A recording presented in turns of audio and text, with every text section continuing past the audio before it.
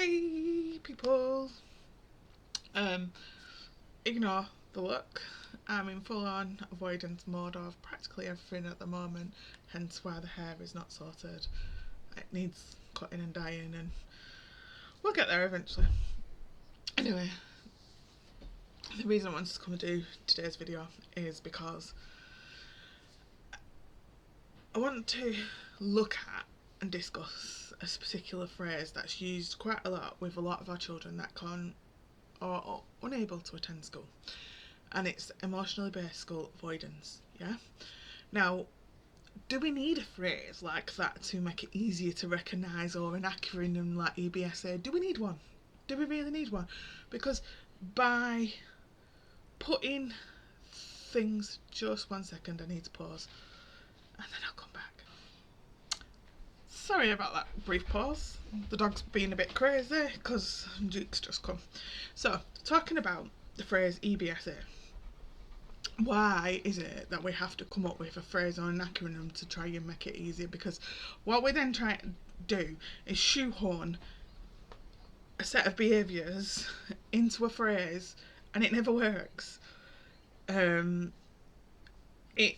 if anything, just builds up this massive cloud of misunderstanding, because emotional based school avoidance, or unable to attend school, or whatever you want to phrase it, however they phrase it, quite often sets a precedent that it's a choice for a child, and it's not a choice.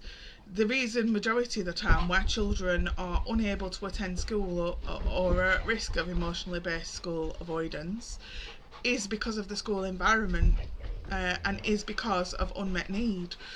So, it needs to be addressed like that. It's no good just putting into reports and EHCPs that a child's at risk of or has EBSA, because that doesn't tell us anything.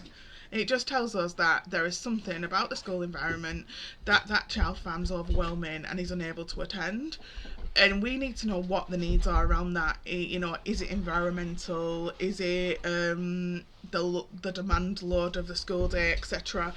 So instead of just trying to paraphrase and put things down as an acronym to make it easier, when you're writing a report or discussing something, we really need to be honest and look at the actual needs that underline these acronyms and phrases. Because, like I said, EBSA could mean 100 different things. We don't need to know that the child's got emotional based school avoidance, if you want to call it that. We need to know what is it about the school environment that makes it overwhelming and tricky for that child, so they're unable to attend. So yeah, that's my 2 pence for today, and I'm going to go because the dogs are starting again. Bye.